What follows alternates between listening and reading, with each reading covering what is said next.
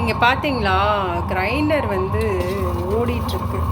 இப்போ இங்கே பார்த்தீங்கன்னா, இது வந்து நான் 1 மாதத்துக்கு முன்னாடி செஞ்ச ஒரு மைசூர் பாக் ரெசிபி. கொஞ்சம் ட்ரை ஆகிடுச்சு.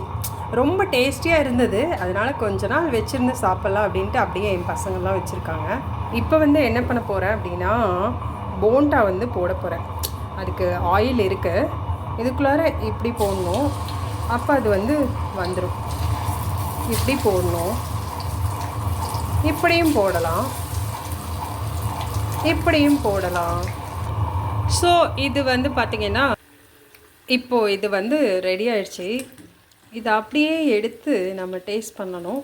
டேஸ்ட் பண்ணுறதுக்கு முன்னாடி இப்படி இப்படி பண்ணிவிட்டு, இது இப்படி இப்படி பண்ணால் தான் வந்து எண்ணெயில் இருக்காது. ப்ளஸ் இதை எடுத்து நம்ம எங்கே வைக்கணும், இங்கே டிஷ்யூ பேப்பர் மேலே வைக்கணும்.